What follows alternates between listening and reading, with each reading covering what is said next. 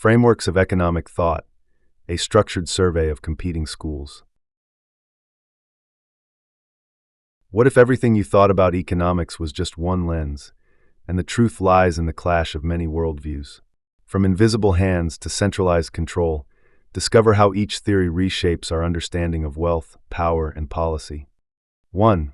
Classical economics, the machine left alone. Classical economics, originating in the 18th century with Adam Smith's Wealth of Nations, conceptualizes the economy as a self-regulating mechanism driven by individuals pursuing their own interests.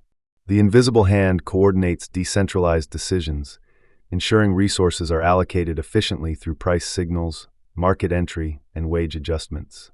The theory of comparative advantage, formalized by David Ricardo, advocates for nations to specialize in goods they produce relatively better than others.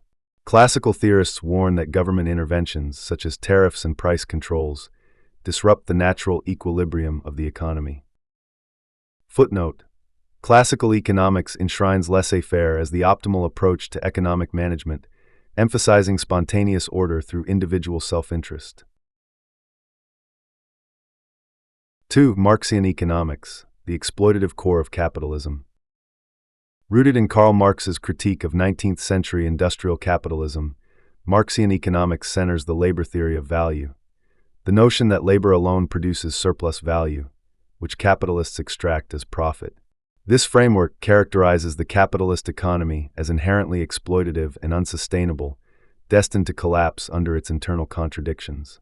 Marx proposed historical materialism to explain the progressive evolution of economic systems, predicting that capitalism would yield to socialism and eventually communism through class struggle and revolution. Footnote: Marxian economics frames capitalism as a dynamic yet self-destructive system predicated on the systemic extraction of surplus value from labor. 3. Game theory, strategic interdependence in economic behavior. Developed by John von Neumann and later refined by John Nash, game theory models economic decision-making as a strategic interaction among rational agents.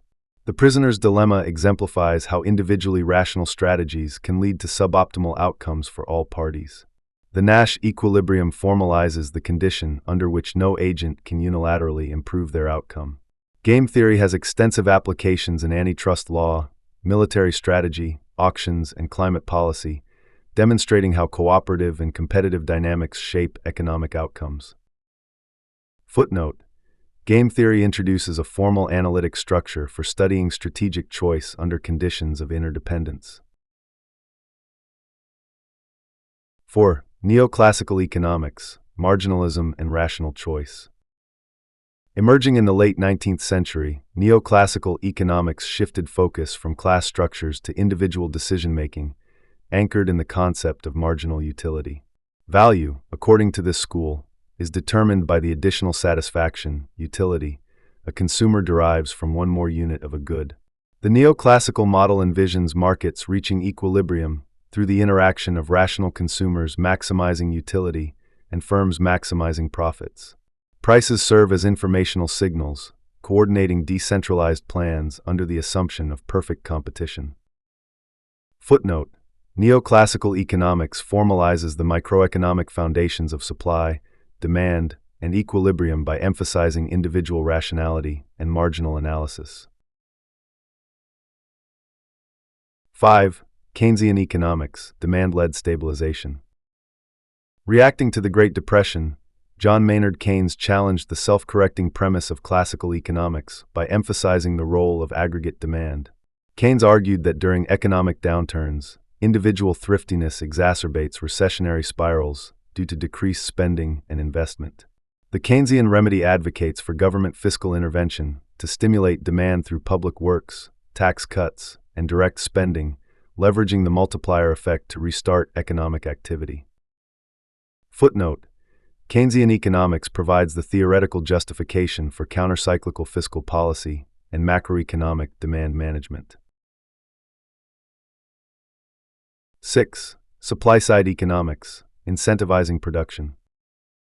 Prominent in the 1980s, supply-side economics posits that economic growth is best spurred by reducing barriers to production, especially taxes and regulation.